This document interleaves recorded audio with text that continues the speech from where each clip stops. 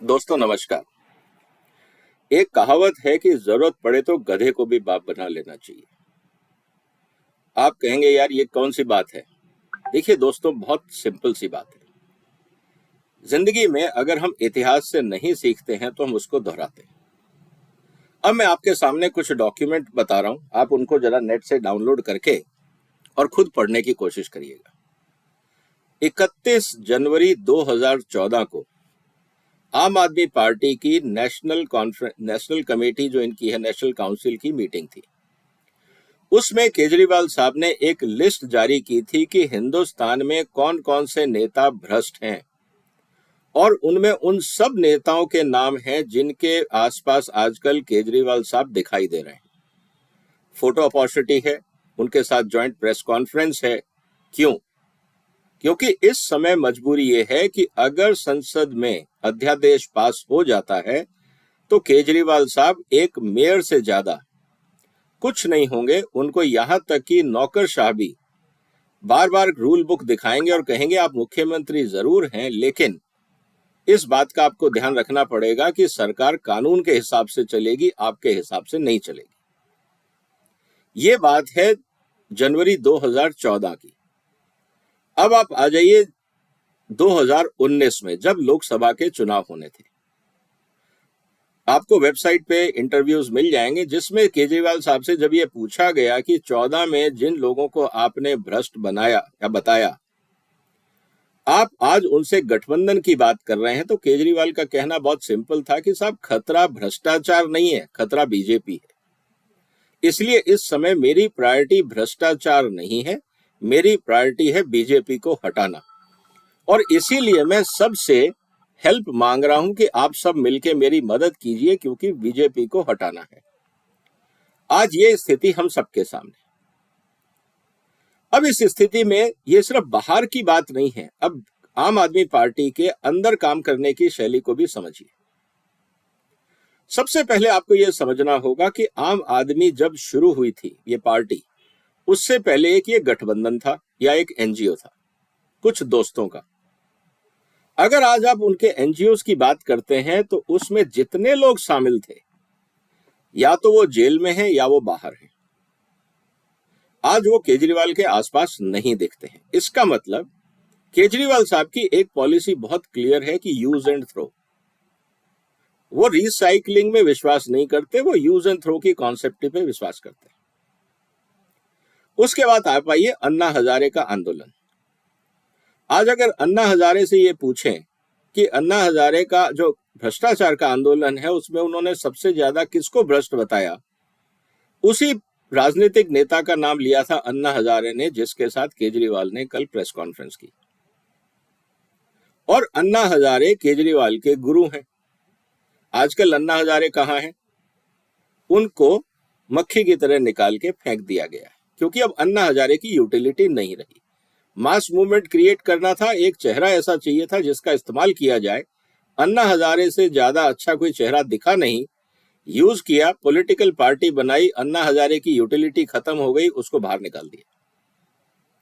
जब पार्टी बनाई तो उस समय मिडिल क्लास को इन्फ्लुएंस करना था, तो बहुत सारे इंटेलेक्चुअल्स को जोड़ा गया, जिसमें लॉयर्स थे, जजेस थे, आर्मी ऑफिसर्स थे, प्रोफेशनल्स थे, दुनिया भर के लोग थे।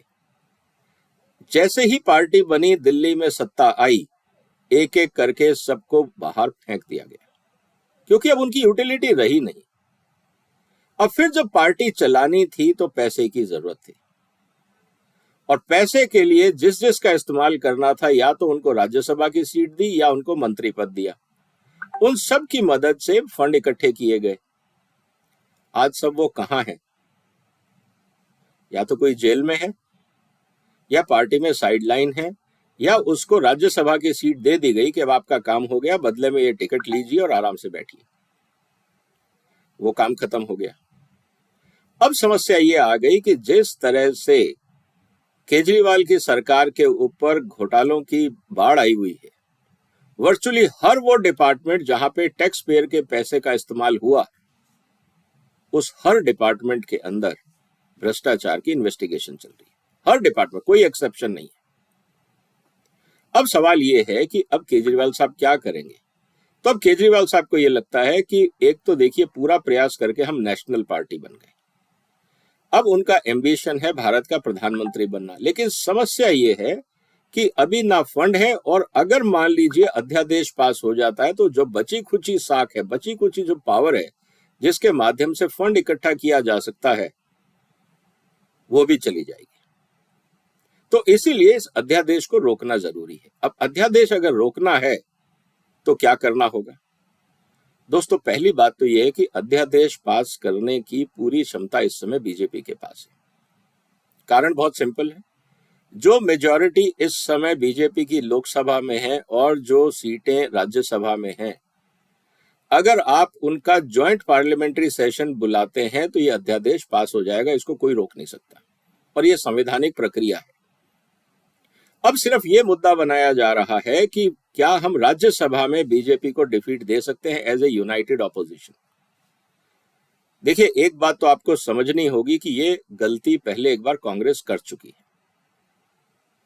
जब केजरीवाल साहब की मेजॉरिटी नहीं थी दिल्ली में, 29 सीटों के आसपास इनको कोई सीटें मिली थी, तो कांग्रेस की मदद से इन्होंने सत्ता काबिज करी, और उसका आउटकम क्या निकला? दिल्ली से कांग्रेस खत्म हो गई। और फिर उसी कांग्रेस की दी हुई जड़ी बूटी से या संजीवनी से इन्होंने कांग्रेस को पंजाब में खत्म किया। उसी कांग्रेस को इन्होंने गोवा में और अपने हिमाचल प्रदेश में खत्म करने की कोशिश करी। तो कांग्रेस ने तो अपना सबक सीख लिया, लेकिन पॉलिटिकल लीडरशिप की मजबूरी ये होती है कि वो इंस्टेंट कॉन्सेप्ट पे विश्वास करते हैं, बस आज की सोच लो, कल की मत सोचो। उस समय जो मूर्खता कांग्रेस ने करी उसका खामियाजा आज तक उठाना पड़ रहा है, और यही बात बार बार माकन साहब कह रहे हैं कि कांग्रेस को ये गलतियां दोहरानी नहीं चाहिए। अब स्थिति क्या निकलेगी? दो चीजों पे आपको ध्यान देना होगा। जहां जहां पे भी केजरीवाल ने जाके विपक्षी दलों के साथ और रीजनल लीडर्स के साथ प्रेस कॉन्फ्रेंस करी है, आप उस प्रेस कॉन्फ्रेंसेस को दोबारा देखिए। जितने भी बाकी लोग बैठे हैं, जब केजरीवाल साहब बोल रहे होते हैं, बाकी जितने भी पॉलिटिकल लीडर होते हैं वो चुपचाप गुमसुम बैठे होते हैं, उनके चेहरे पे कोई एक्सप्रेशन नहीं होता। उनकी बॉडी लैंग्वेज को देखिए, उससे ये बहुत क्लियर पता लग जाता है कि दिल से वो केजरीवाल को अभी भी एक्सेप्ट नहीं कर रहे। और जिस तरह से दिल्ली में घोटालों की चर्चा हो रही है, कल उनके लिए ये भारी पड़ जाएगा पत्रकारों को जवाब देना कि आपने एक भ्रष्ट सरकार को समर्थन क्यों दिया। तो अभी तक तो वो अपने कर्मों को छुपा रहे थे या डिफेंड कर रहे थे, अब उनको केजरीवाल को भी डिफेंड करना होगा। इसका मतलब ये है कि केजरीवाल साहब ने जितने नेताओं को भ्रष्टाचार का सर्टिफिकेट दिया, अब वो सारे नेता केजरीवाल को ईमानदारी का सर्टिफिकेट देंगे। है ना इंटरेस्टिंग राजनीति हिंदुस्तान की। उसका फायदा उठा के केजरीवाल साहब चाहते हैं कि मैं अपने आप को अंतरराष्ट्रीय स्तर पे या राष्ट्रीय स्तर पे एक बड़ा नेता घोषित कर लूं। और समस्या अब यह है कि अगर राज्यसभा में बिल पास हो जाता है ज्वाइंट पार्लियामेंट सेशन में, तो केजरीवाल ये कहेंगे, देखिए बीजेपी डर गई थी इसलिए ज्वाइंट पार्लियामेंट्री सेशन बुलाया, ऑप्शन 1। अगर बीजेपी अपने दम पे राज्यसभा में जीत जाती है और कोई विपक्षी दल जिसकी 5, 7, 10 सीटें भी हैं, अगर वो एब्सटेन भी कर जाता है, तो मुझे लगता है कि फिर भी ये बिल पास हो जाएगा। तब केजरीवाल ये कहेंगे, देखिए मैंने तो बहुत प्रयास किया था, विपक्ष एक नहीं है, अब जब विपक्ष ने मेरा साथ नहीं दिया तो मैं विपक्ष को क्यों सुनूं, इसलिए मैं सारी पार्लियामेंट्री सीट पे खुद अपने उम्मीदवार खड़े करूंगा, जो एक्चुअली उनका मोटिव है। तो उनको ये बहाना मिल जाएगा कि मैं आज कांग्रेस के खिलाफ, एनसीपी के खिलाफ, टीएमसी के खिलाफ राष्ट्रीय चुनाव में जो आम चुनाव होंगे, मैं उसमें अपने उम्मीदवार खड़े करूंगा। अब आप मुझे ये नहीं बोल सकते कि मैं विपक्षी एकता में बाधक हूं। तो उनको एक बहुत अच्छा एक्सक्यूज मिल जाएगा कि जब मैंने साथ मांगा था आपने नहीं दिया, अब मैं आपका साथ क्यों दूं। तो केजरीवाल को एक पूरा रास्ता मिल जाएगा पूरे राष्ट्रीय स्तर पे अपनी पार्टी खड़ी करने का।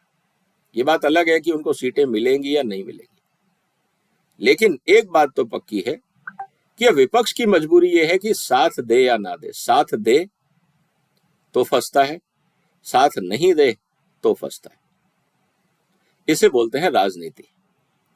और इस तरह की राजनीति में केजरीवाल माहिर है।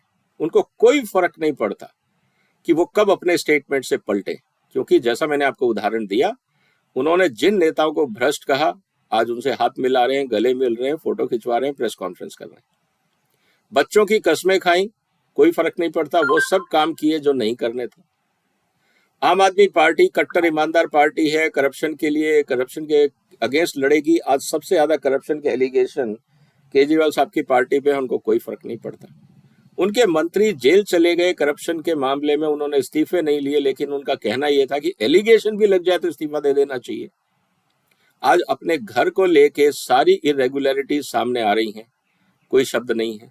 और यहां तक कि अब तो सेक्रेटरीएट में फाइलें भी चोरी करवानी शुरू हुई हैं, जो सीसीटीवी कैमरे सामने आ रहे हैं, जो उनके इमेजेस सामने आ रही हैं, उससे ये बहुत क्लियर पता लग रहा है कि हो क्या रहा है। तो दोस्तों, ये बात हमें समझनी होगी कि विपक्षी एकता में अगर सबसे बड़ा कोई बाधक बन के निकलेगा तो वह है केजरीवाल, क्योंकि वो हाईली एम्बिशियस हैं। उनको कोई फर्क नहीं पड़ता कि कौन सी पार्टी आगे जाए पीछे जाए, उनके लिए रिलेशनशिप कोई मायने नहीं है। उनके लिए हर रिलेशनशिप एक स्टेपिंग स्टोन है फॉर नेक्स्ट टारगेट। क्या विपक्षी दल इस बात को समझेंगे? क्या वो विपक्षी दल केजरीवाल को अपने साथ बैठाएंगे? क्या विपक्षी दल के नेताओं में इतनी पॉलिटिकल मैच्योरिटी है कि वो अपने आप को और अपने हितों को साधने के लिए केजरीवाल का साथ कब तक देंगे और कहां तक देंगे और कैसे देंगे? ये आने वाले दिनों में बड़ा इंटरेस्टिंग डेवलपमेंट होने वाला है। मैंने सोचा आपके साथ ये चर्चा की जाए, क्योंकि आने वाले दिनों में आपको बहुत सारे स्टेटमेंट, प्रेस कॉन्फ्रेंस और चीजें देखने को मिलेंगी। जरा गौर से देखिएगा, जरा ये देखिएगा कि क्या हम उस पूरे प्रोसेस के अंदर कोई ऐसी बॉडी लैंग्वेज देख रहे हैं जो केजरीवाल को ये कह रही है कि क्योंकि आप घर आए हो इसलिए हम आपके साथ बैठे हैं, otherwise you are not invited. और इसको केजरीवाल साहब अगर अपने अध्यादेश अगर पास हो जाता है तो उसके बाद किस तरह से केजरीवाल साहब अपना गुस्सा विपक्ष पे निकालेंगे, ये भी देखने वाली बात होगी, क्योंकि उसका असर विपक्षी एकता पे पड़ेगा लोकसभा चुनाव से पहले। इंटरेस्टिंग डेवलपमेंट होंगे, आप भी नजर रखिएगा, हम भी नजर रख रहे हैं। और ये देखना होगा कि विपक्षी एकता में सबसे बड़ा खतरा कौन है।